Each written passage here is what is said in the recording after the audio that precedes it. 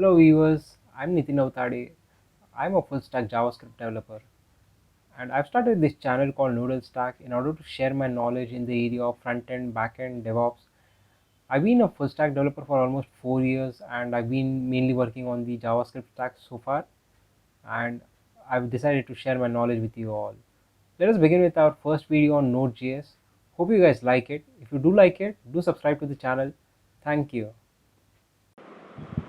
What is Node.js? Simply put, when you have JavaScript and a runtime environment, you basically have Node.js, and that's it.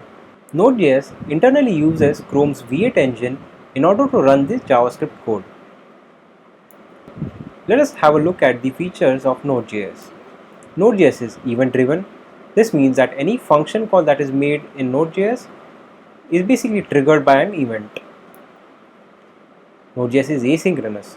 This means that it supports a style of programming in which function calls are non-blocking. Node.js is single-threaded. That means it uses only one thread, but it is still very highly scalable, and we'll learn more about it as we proceed with the video. Before we proceed, let's understand what heap and stack are. Heap is a place in the memory which stores all the variables, and stack is a place which stores all the function calls. Let's say we have three functions, function 1, 2 and 3. If we call the function 1, now let's see how the functions get pushed on the stack. Now let's say we take a case where we are calling the function 1. The function 1 gets pushed on top of the stack. Now since function 1 is indirectly calling the function 2, the function 2 gets pushed on top of the stack. Now since function 2 is calling the function 3, it gets pushed on top of the stack. The return statement for function 3 has been approached. The function 3 gets popped out of the stack, and now the function 2 gets popped out, and lastly the function 1 gets popped out. So basically this is how both heap and stack work together. At times you might have seen a call stack error in the Chrome console. It basically has been possible to give such kind of errors because of the stack trace. Node.js is single threaded. Node.js has a single stack. That means it is supposed to do only one thing at a time. Then how is Node.js efficient and highly scalable? That is the question that we all should ask. And the answer to it is event loop.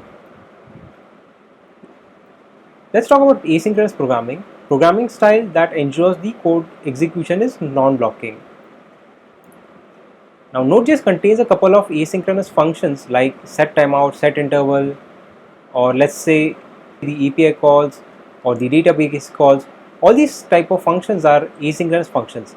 This means that it's not known as to how much time these functions will take. So such kind of functions are called as asynchronous functions. Event loop. Let's talk about the dreaded event loop. Let's talk with an example of set timeout, which takes a callback function and takes a 3000 millisecond delay. There are three parts to understanding the event loop: stack, which we have already covered. So web APIs contain the set timeout function.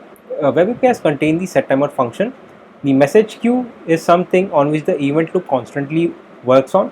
Let's see how the set timeout function gets called in this case.